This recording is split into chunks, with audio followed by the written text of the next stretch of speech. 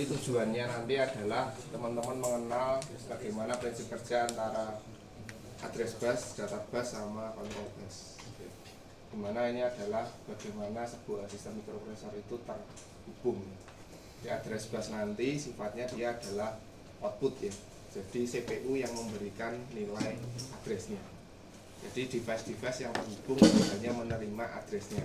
Tinggal nanti addressnya cocok atau tidak. Nah mungkin di teori teman-teman sudah dikenalkan dengan konsep address decoder ya. Jadi bagaimana kita mengolah data atau informasi address untuk mengaktifkan sebuah device. Terus kemudian nanti yang dikenalkan juga di dalam observasi bus itu adalah bagaimana prinsip kerja dari CPU Z80 saat mengambil, membaca, menerjemahkan, dan menjalankan instruksi.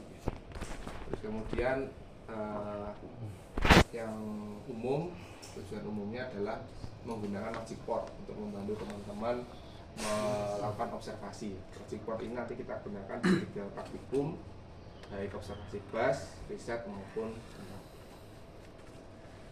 Jadi ini kalau kita lihat di proses kerja dari sistem mikroprosesor, nanti sebenarnya ada cukup banyak yang bisa kita observasi ya.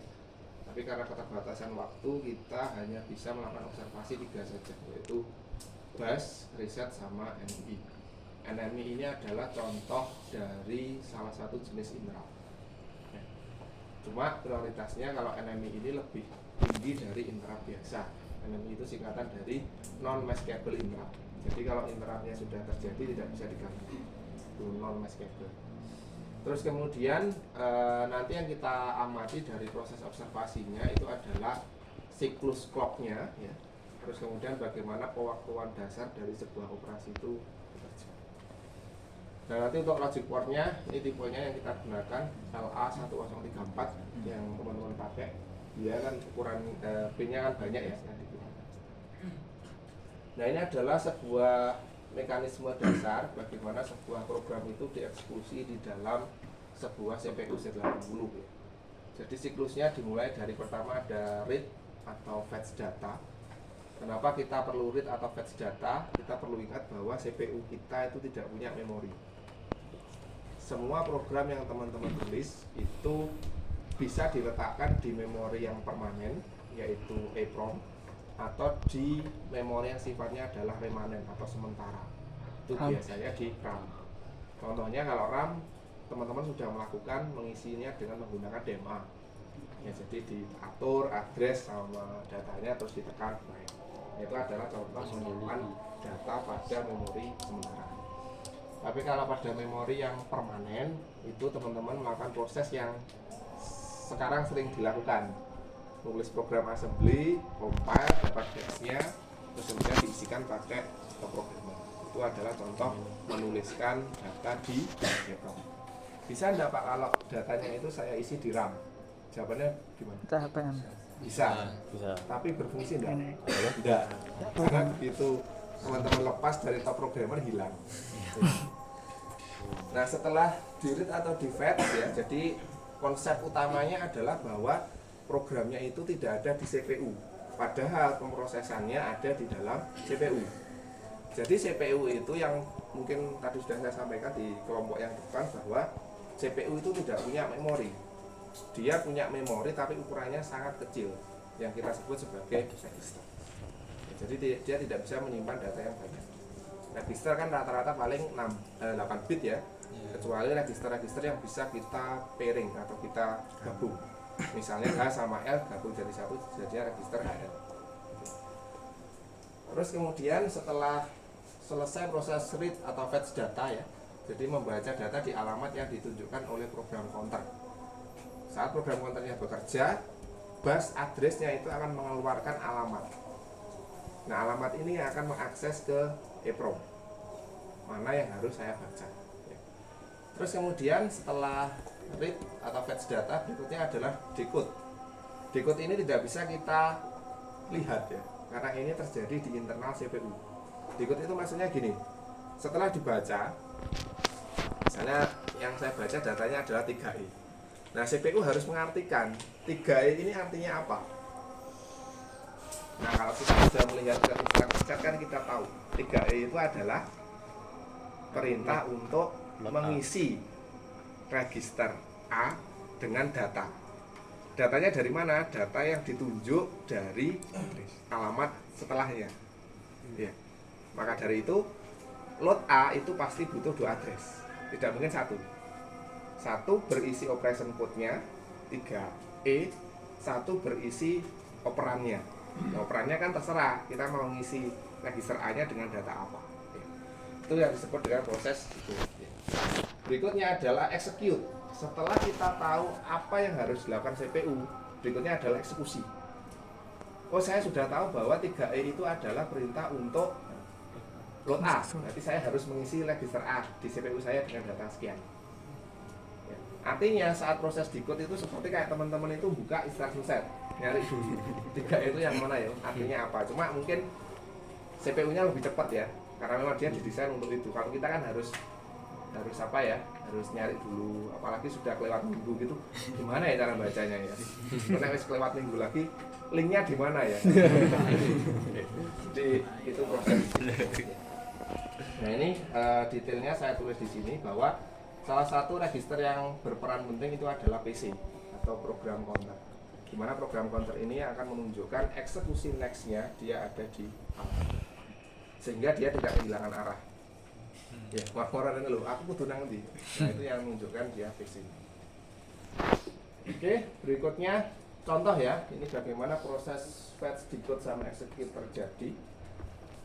Nah, ini misalnya kita ada perintah LDA, 0F. Jadi kalau kita buat kode mesinnya adalah 3E 0F. Masih ada yang bingung kenapa jadi 3E 0F?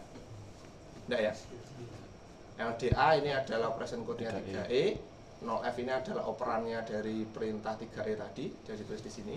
Jadi perintah LDA, 0F itu membutuhkan 2 alamat atau 2 address. Ya, satu untuk menyimpan 3E, satunya untuk menyimpan 0F. Kenapa saya butuh 2 address? Karena satu address hanya bisa menyimpan data 8 bit. Sehingga kalau saya butuh 2 bit, berarti saya butuh 2 alamat. Terus kemudian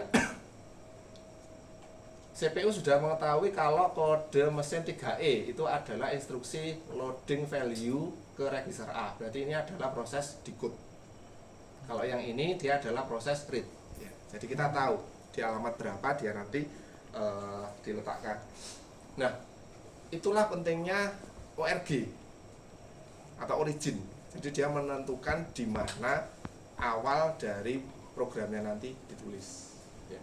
Kecuali kalau teman-teman mengisinya manual, itu tidak perlu ORG karena kan sudah ditentukan alamat berapa diisi dengan berapa. Tapi kalau kita menulis dengan program assembly, kita perlu menentukan origin. Karena bisa jadi semua program itu tidak diawali dari alamat 0 untuk program utamanya. Misalnya yang NMI itu programnya utamanya diletakkan di alamat 100. Jadi beda-beda. Oke, terus berikutnya ini proses execute-nya. Jadi ini PC-nya nanti akan ditambah 1 untuk menunjukkan next instruksinya itu akan diletakkan di alamat. Ini nggak usah, skip aja. Nah ini, jadi operasi pada CPU Z80 itu dikelompokkan menjadi 3 operasi dasar. Satu yaitu operasi yang berkaitan dengan memori. Berarti ada proses baca dan tulis. Di mana nanti akan mengaktifkan sinyal MREC atau memory request. Yang kedua adalah I/O device, ada read sama write. Sinyalnya nanti adalah sinyal I/O rec. Terus yang ketiga adalah interrupt. Interrupt itu seperti kalau teman-teman yang biasanya senang organisasi, rapat gitu ya. Rapat, awamir, moro-moro ada yang ini interrupt. Jadi yang lainnya pasti akan berhenti. Dia akan fokus ke interruptnya dulu. Selesai, ya. Maka dari itu kalau rapat jangan sampai ini masih menyampaikan yang interrupt terus disela. Nah, boleh. Jadi biarkan dia selesai dulu. Baru nanti boleh dikomentari. Itu konsepnya dari itu. Nah ini adalah logic port yang kita gunakan. Ada 34 channel dan 2 special function pin yang digunakan untuk clock input. Ini prosesnya kemarin cuma saya sampaikan secara lisan aja bahwa ada sinyal yang sifatnya single sama group ya. Kalau single berarti dia hanya satu bit sinyal saja. Tapi kalau grup berarti kita menggabungkan beberapa sinyal menjadi satu informasi yang satu. Kalau clock ini adalah sinyal yang khusus digunakan untuk menghitung pulsa clock, di mana di logic board itu ada dua, bisa pakai clock 1 atau clock 2. Jangan lupa ground. Ya. Ground ini adalah sebagai titik referensi karena sinyal kita adalah sinyal apa itu yang butuh referensi. Jadi kalau ground tidak dipasang, sinyalnya akan floating. Jadi kita tidak tahu informasinya apa. Oke, ini caranya kemarin yang saya tunjukkan bahwa ada informasi ini yang nanti perlu teman-teman perhatikan kalau menggunakan logic board, ya, bagaimana nanti melakukan wiring atau pengkabelan dari logic board ke pin-pin Z80 yang kita gunakan. Nah ini saya skip aja, skip yang ini yang kemarin. Jadi hati-hati, pastikan kalau digunakan kondisinya adalah ready. Jangan running in demo mode. Nanti kalau ada perubahan di CPU-nya nggak akan di-update. Oke, ini yang tombol play. Tadi yang kejadian di kelompok yang depan, sampling rate-nya diubah jadi 2 kilo. Makanya sinyalnya nggak tampil sama sekali. Tak tahu siapa yang ubah. Hati-hati. Biasanya itu kalau kursornya diletakkan di sini, teman-teman scroll, dia akan berubah. Ya, hati-hati. Oke. Nah ini yang konfigurasi jumpernya. Jadi ingat kalau teman-teman pakai EEPROM, jumpernya beda dengan kalau teman-teman menggunakan RAM. Ya. Konfigurasinya kalau kita pakai EEPROM 12102. Terus kemudian kalau pakai RAM berarti 21222. Ya. Saya hafal karena sering pakai. 21222. Ya. Terus ini konfigurasinya. Jadi kalau meskipun kita menggunakan EEPROM, kita tetap kemarin memanfaatkan fungsi dari baca tulis menggunakan DMA. Fungsinya adalah kita memastikan bahwa isi data di EEPROM itu sama dengan yang kita siapkan di komputer. Ini setting percobaannya. Oke, nah ini yang ada di data praktikum ya ini ya. Oke, nah ini programnya. Jadi observasi bus itu programnya simple ya. Jadi dia di sini ada origin 00H, artinya adalah semua programnya kita mulai dari alamat 0 ya. Jadi LDA,5B ini akan ditulis mulai dari alamat 0. LDA,5B ini dia butuh 2 address, yaitu address untuk menyimpan operation code-nya 3E sama datanya 5B.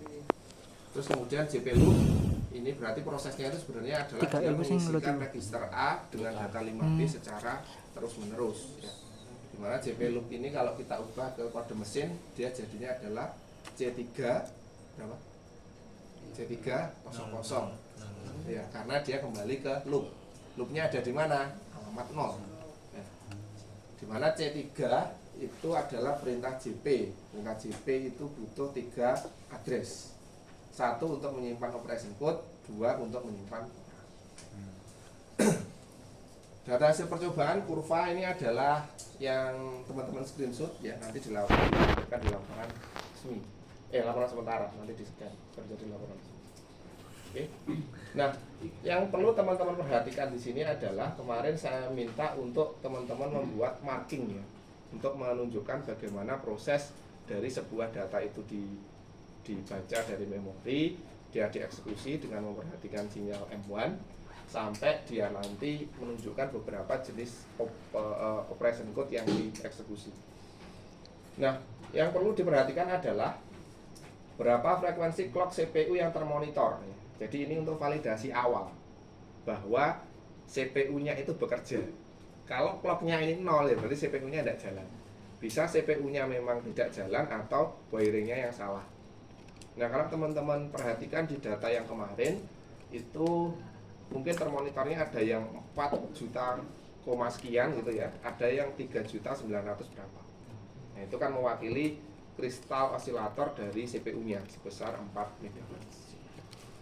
Terus kemudian ini saya minta membuat marking ditandai ya, mana yang nanti menunjukkan dia operation code, mana yang menunjukkan dia orang. Nah, ini tugasnya ini dikerjakan. Ya. Oke, jadi data bus mempunyai sifat operasi bidireksional, yaitu sifat data mengalir ke CPU atau sifat data mengalir keluar CPU. Kapankah data bus berlaku sebagai output dan kapan sebagai input? Ada yang bisa jawab? Karena ini harus ada di laporan resmi. Apa kira-kira jawaban nomor 1 ini apa?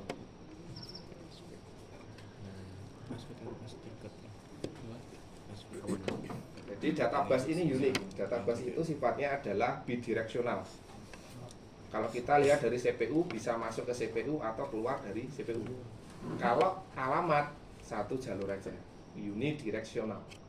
Jadi dia hanya dari CPU keluar. Itu address. Ya.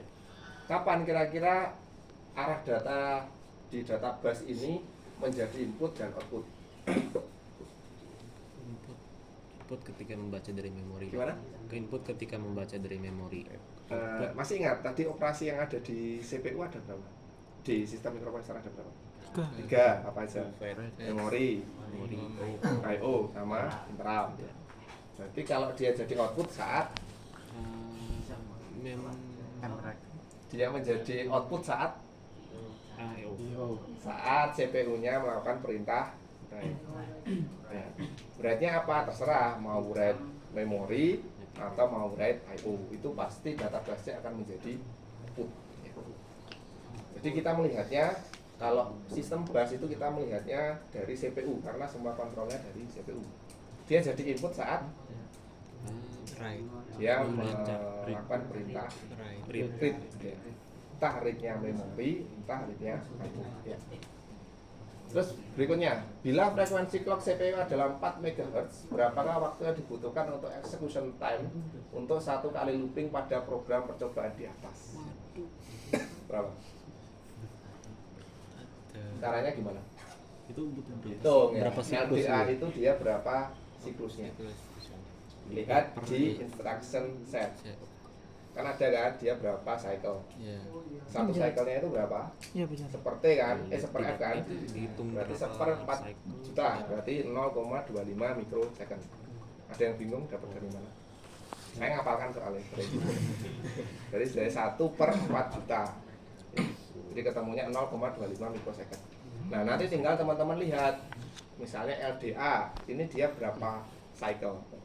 Kalau misal 5 cycle berarti untuk LDA ini saja dia butuh 5 kali 0,25. JP berapa? Ya JP itu 10 misalnya. Berarti 10 kali 0,25. Berarti berapa? 2,5. Yang atas tadi misalnya 12,5. Berarti totalnya adalah sekian. Jadi 1 kali eksekusi 1 loop ini dia butuh waktu sekian. Berikutnya, dari hasil percobaan tersebut terangkan pada posisi timing mana sajakah tiap byte dari instruksi yang dieksekusi. Berarti teman-teman lihat nanti, tentukan dari timingnya tadi mana saja yang termasuk operation code, karena dia yang dieksekusi. Ya. Nah, kita coba lihat datanya. Mana flashdisknya sudah dikopikan. Nah, kita coba bahas datanya ya.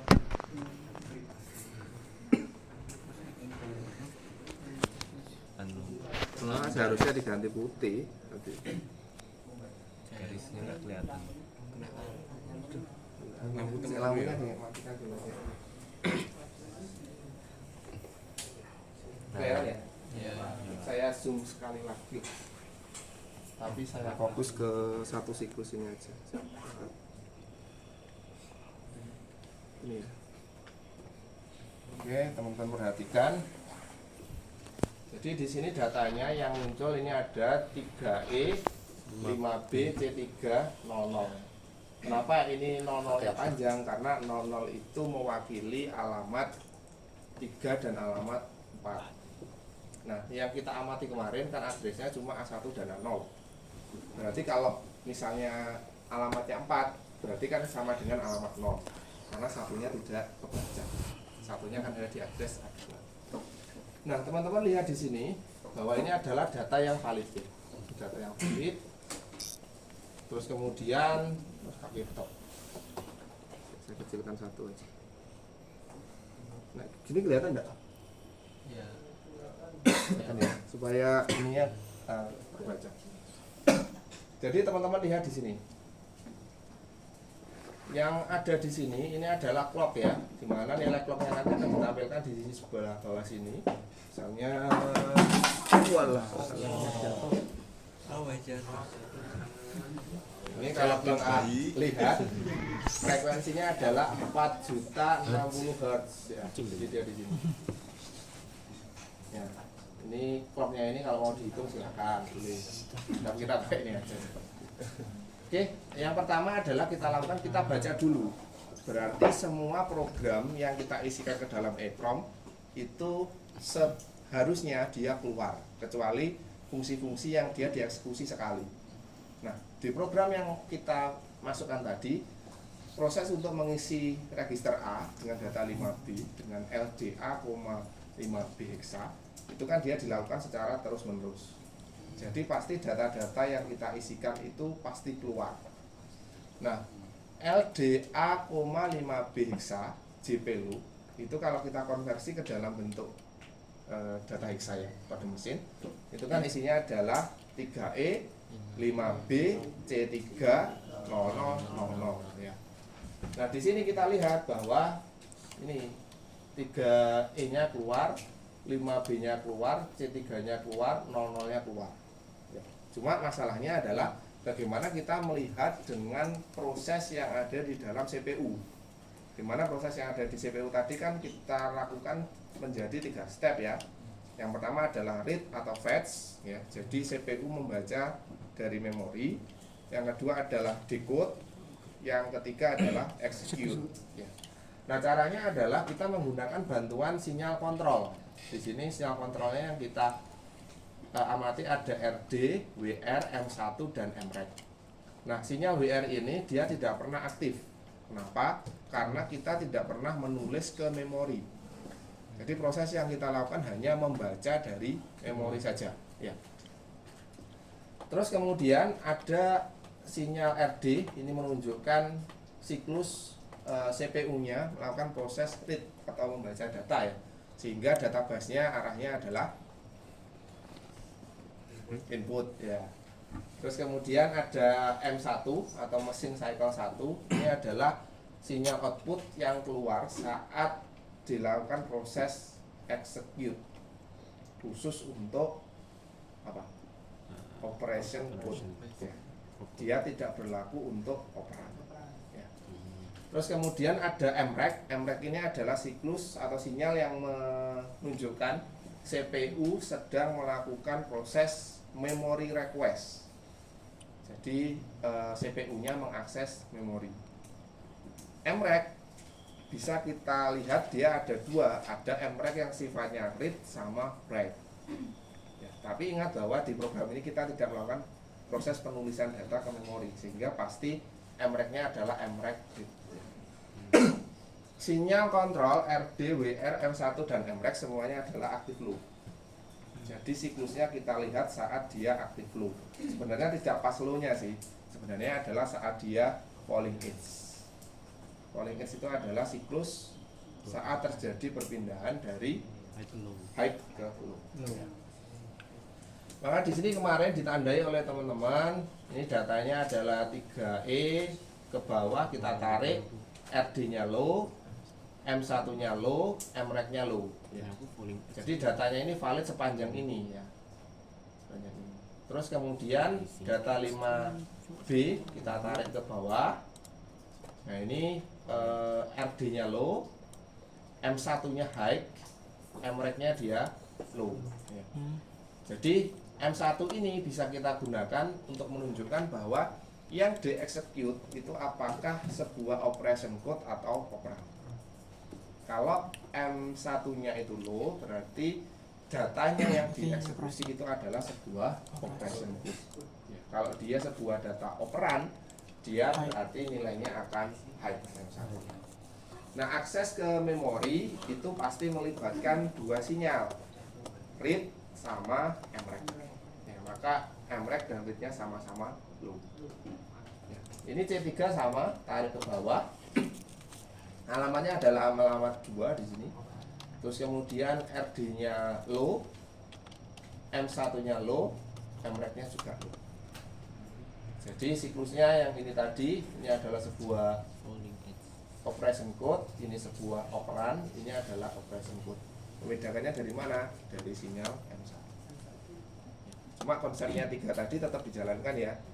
Decode, read atau fetch, decode sama execute. Oke, jadi cara bacanya seperti itu. Nah, ini programnya masih simpel. Kalau programnya panjang ya sama, cuma kita harus tahu mana yang merupakan operation code, mana yang merupakan operan. Untuk observasi bus ada yang ditambahkan.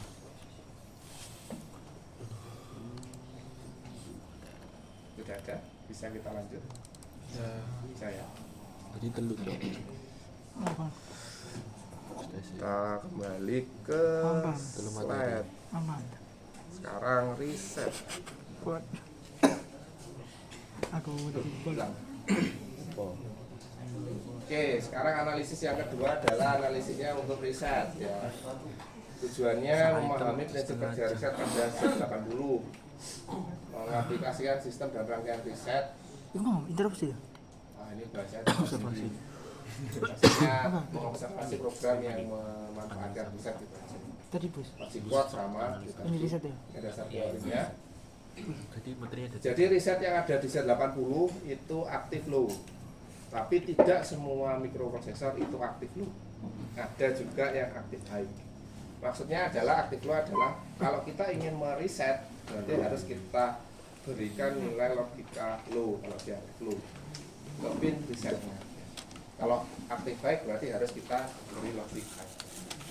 Nah, setiap kali riset, nilai PC akan diisi dengan data 000H. Sehingga proses kerja akan dimulai dari alamat awal 00H dan semua isi register dan status flag register bisa kembali menjadi 0. Jadi saat terjadi reset, alamatnya kembali ke alamat 0, terus kemudian semua isi dan flag register dikembalikan ke nilai 0. Nah, jenis risetnya ada macam-macam. Ini contohnya ada yang disebut sebagai auto reset power on ya. Jadi adalah sebuah rangkaian yang memberikan waktu beberapa mikrodetik ke CPU setelah power up ya. Jadi kalau teman-teman misalnya CPU itu dijalankan tiba-tiba dilepas powernya, terus kemudian ditancapkan lagi, dia akan mengalami siklus yang namanya auto reset power on. Jadi di resetnya reset paksa ya. Kalau yang selama ini kita lakukan kan risetnya kan pelan-pelan gitu ya, karena modulnya sudah lama, jadi harus tekan risetnya pelan tak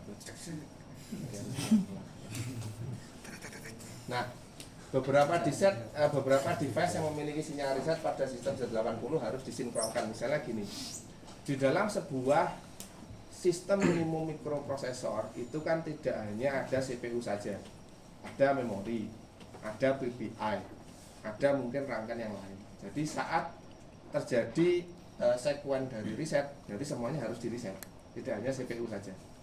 Nah, tantangannya adalah bisa jadi ada beberapa device yang ada di dalam sistem minimum kita itu yang tidak aktif low.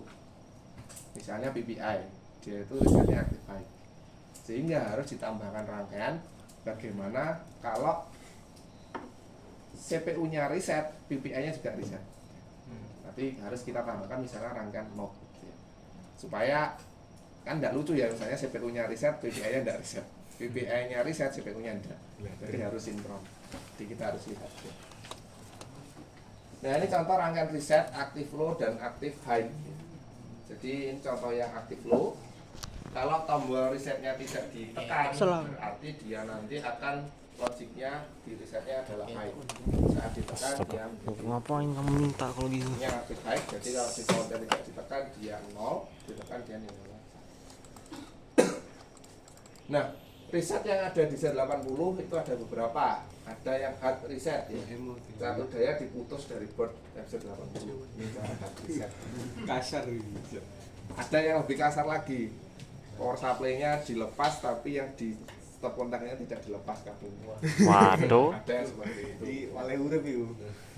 Jadi hard reset ini sangat tidak direkomendasikan kecuali keadaan-keadaan yang memaksa. Misalnya tiba-tiba jala-jala PLN-nya mati. Itu kan hard reset ya. Tiba-tiba jalan hilang kabelnya. Ya. Yang kedua adalah normal reset ya. Jadi pemberian sinyal reset secara normal bisa Mas, dilakukan bikinin dengan tadi dua loh. cara, Sini. yaitu reset melalui Wow. tombol reset, kita tekan tombol reset, atau reset melalui konektor CN1. CN1 itu ada di atasnya tombol reset. Jadi sinyal resetnya kita beri dari luar, bisa dari function atau dari kanannya. Oke, skip aja. Ini sama. Ini sinyal sama, data-datanya. Settingnya cuma ini lebih banyak ya. Jadi ketambahan sinyal untuk resetnya. Terus kemudian Harus programnya butuh seperti ini, ini. Jadi Kalau mau ada jadikan OBJ harus OLD ada ini. 00H, LD Harus ada ini. B 0F, Ya. dekremen B. Berarti nilai dari register B akan di dekremen. Dekremen satu-satu, terus kemudian dia ada di sini. Setelah loopingnya selesai, dia nanti akan menuju ke halt. Halt ini adalah perintah apa? Berhenti apa maksudnya? CPU-nya di stop ya, atau di freeze gitu. Jadi saat sudah masuk ke halt, yang terjadi adalah CPU-nya diam. Makanya saat kemarin kita amati sinyalnya, dia nanti datanya di bus itu akan nilainya 76 terus. Ya, karena dia stuck di situ, dia nggak bisa ngapa-ngapain. Supaya dia bisa keluar dari halt, caranya adalah kita memberikan sinyal reset. Karena reset ini prioritasnya paling tinggi. Ingat, saat terjadi reset di Z80, alamatnya akan langsung di set ke 00. Sehingga nanti dia akan memulai siklus dari sini lagi. Makanya kemarin dari sinyal penggunaan sinyal reset harus kita atur. Kalau dia terlalu cepat sinyal resetnya dari function, maka dia tidak akan pernah masuk ke sinyal halt. Jadi di tengah-tengah harus reset. Tapi kalau sinyal resetnya itu terlalu lama, data di database itu data cuma 76 aja. Karena yang sebelum-sebelumnya kan tidak kelihatan. Makanya kemarin mungkin ada beberapa kelompok yang saya cek harus kita atur frekuensinya berapa yang cocok. Karena bisa jadi setiap modul itu karena sudah lama itu tidak sama. Jadi datanya itu harus bisa memperlihatkan kita proses yang ada di Efek getar ya. dekremen B Efek getar sampai ini. dia has, terus kemudian dia kembali mengeksekusi ke alamat. Kenapa risetnya saya beri dari function tidak dari push button adalah kalau kita memberikan sinyal dari push button itu kita tidak bisa periodik. Relatif Tahu stabil sih. maksudnya periodik ya? Kalau periodik itu terukur jaraknya berapa. Karena misalnya saya pakai stopwatch, saya tekan reset dengan siklus berikutnya bisa jadi tidak akan sama. Jadi supaya kita memudahkan kita untuk melakukan observasi, sinyal resetnya itu kita kondisikan dari function. Ya, sehingga waktunya ini kita bisa tahu, oh kapan sih dia reset. Makanya sinyalnya kalau teman-teman masih ingat, itu kebanyakan high, low-nya sedikit. Karena reset itu sinyalnya adalah aktif low, sehingga saya hanya butuh low sesaat saja. Jadi defaultnya dia beri kasih high terus. Ya, tadi ada ditanya di sini ya. Kalau resetnya pinnya saya kasih high terus gimana? Ya berarti dia tidak reset. Tapi kalau dia dapat low atau dapat transisi dari high ke low, dia nanti akan memasuki siklus reset. Oke. Jadi kenapa ini kita kondisikan halt itu supaya dia itu CPU-nya kita buat dia berhenti supaya dia keluar nanti dia menunggu siklus reset berikutnya. Oke. Terus kita lihat sinyalnya dulu sebelum masuk ke tugas. Kita sinyal reset. Yang mana? Ini ya? Oh, yang dan teman-teman. PT2. Kelihatan enggak ya? Iya. Backgroundnya harusnya putih. Ini enggak kelihatan. Besar sedikit. Angkat kaki, Mas. Masih kelihatan segini. Nambah. Oke. Adip Oke, kita lihat mencapai. dulu sama seperti tadi. Yang pertama kita cek adalah clock. Clocknya di sini sudah 4 juta sekian. Berarti sudah betul koneksinya. CPU-nya berarti bekerja. Siklus berikutnya adalah kita lihat data-data yang ada di program yang kita isi. Data di sini ada 6H atau 06H. Ini perintah apa? LDB. Ledep. Terus ada 0F, berarti ini adalah LDB, 0F. Terus ada perintah apa ini? 5B. 5B ini apa? Dekremen B ya. Terus ada CA. CA ini apa? Chip bukan. JZ ah. JPZ. CP JZ ya. CPNZ. DJNZ. DJNZ itu 10. Nah ini loh JPZ ya. JPZ. Nah ingat, dia ada CA, ada 2H, 00. Ini adalah alamatnya. Jadi dia seperti perintah JP, tapi dia yang dicek adalah register plat. Nah sama, dia maksudnya itu jam ke alamat, kan ditulis dulu LSP baru MSB. Berarti kan ke alamat 0002 seharusnya. Dimana alamat 0002 itu isinya adalah dekremen B. Ya. Terus berikutnya setelah selesai dia keluar loop masuk ke HAL. HAL itu kodenya adalah 76. Bukan rokok ya. Oh. Makanya hati-hati kalau banyak yang rokok nanti berhenti. Tapi nggak bisa di reset. Sron. Stop Sron lagi masih di Sron. Nah, di sini kita lihat 76. Sebenarnya ini kalau kita teruskan ini bisa panjang. Ya, tapi nanti kalau kita capture kita tidak bisa dapat satu siklus ya. Nah, teman-teman lihat di sini 76. Terus kemudian di sini ada sinyal reset ya. Resetnya ini high sampai dia low di sini. Terus kemudian kalau kita lihat di Kenapa kok sini di situ? Function.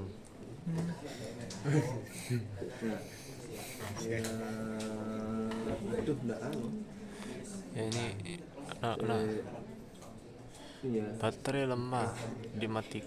Wah, ini siklus berikutnya enggak kelihatan ini. Resetmu ada 2 enggak? Sat. Ya mungkin nanti dilihat di situ aja ya. Oh yang dari kelompok sana. Ini ya? Putih. Aduh hitam pisan. Dip, HP-mu mau mati, Dip. HP-mu mau mati.